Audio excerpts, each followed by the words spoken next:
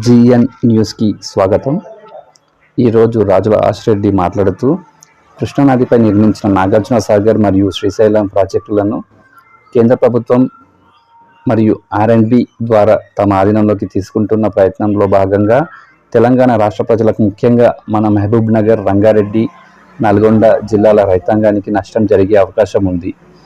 వనరుల శాఖ, Krishna river management board ద్వారా కేంద్ర ప్రభుత్వము కృష్ణానదిపై చేపట్టినటువంటి నాగార్జున సాగరు, శ్రీశైలం ప్రాజెక్టులను కేంద్ర పరిధిలోకి తెచ్చుకొని వాటి మీద నీటి పంపకం విషయంలో కానీ, విద్యుత్ పంపిణీ విషయంలో కానీ తమ ఆధీనంలోకి తీసుకురావడానికి ఈ నెల 17న మీటింగ్ పెట్టినటువంటి విషయాన్ని నేను ఒకసారి గుర్తు చేస్తూ, మరి ఈరోజు ఎగువ ప్రాంతంలో ఉన్నటువంటి మన కృష్ణానదికి పై నిర్మించిన ఈ యొక్క ప్రాజెక్టులపైన కేంద్ర పెత్తనం తీసుకొని మాటికి నీటి పంపకంలో కానీ, మన నీటి వాటాను అడగడంలో కానీ వాళ్ళ ఆధీనం తీసుకోవడం వల్ల ముఖ్యంగా తెలంగాణకు అన్యాయం జరుగుతూ ఉన్నది.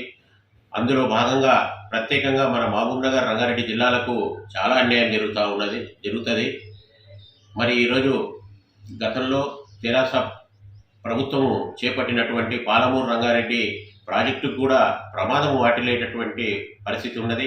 అదే రకంగా ఈరోజు నూతనంగా ఏర్పాటు చేసిన ప్రభుత్వంలో ముఖ్యమంత్రి కానీ, మన జిల్లా శాసనసభ్యులు గారికి అందరికీ కూడా నేను విన్నవించేది ఏమంటే, ఈరోజు మన నారాయణపేట జిల్లాకు సంబంధించి మక్తల్, నారాయణపేట, కొడంగల్లకు నీళ్లు అందించేటటువంటి నారాయణపేట, కొడంగల్ ఎత్తి పథకాలకు కూడా రేపు అనుమతి వచ్చేది కష్టతరం అవుతుంది. కాబట్టి మనం ఈ యొక్క కృష్ణా రివర్ మేనేజ్మెంట్ బోర్డుకు ఈ యొక్క ప్రాజెక్టులను కృష్ణా నదిని అప్పగించడం వల్ల మనకు తీవ్ర అన్యాయం జరుగుతుంది. కాబట్టి తప్పకుండా జిల్లా ఎమ్మెల్యేలు, మంత్రులు అందరూ కూడా ఈరోజు రాష్ట్ర ప్రభుత్వం పూర్తి స్థాయిలో ఈ యొక్క కేంద్ర ప్రభుత్వము కృష్ణా నదిపై ప్రాజెక్టులను కానీ, కృష్ణా నది యొక్క నీటి విషయంలో కానీ పూర్తిగా తమ ఆధీనంలో తీసుకోకుండా మన ప్రాంతంలో ప్రవహిస్తున్నటువంటి కృష్ణా నది పైన మనము ప్రత్యేకంగా అథారిటీ ఉండేటట్ల ఈరోజు ఒత్తిడి చేయాల్సినటువంటి అవసరం ఉన్నది.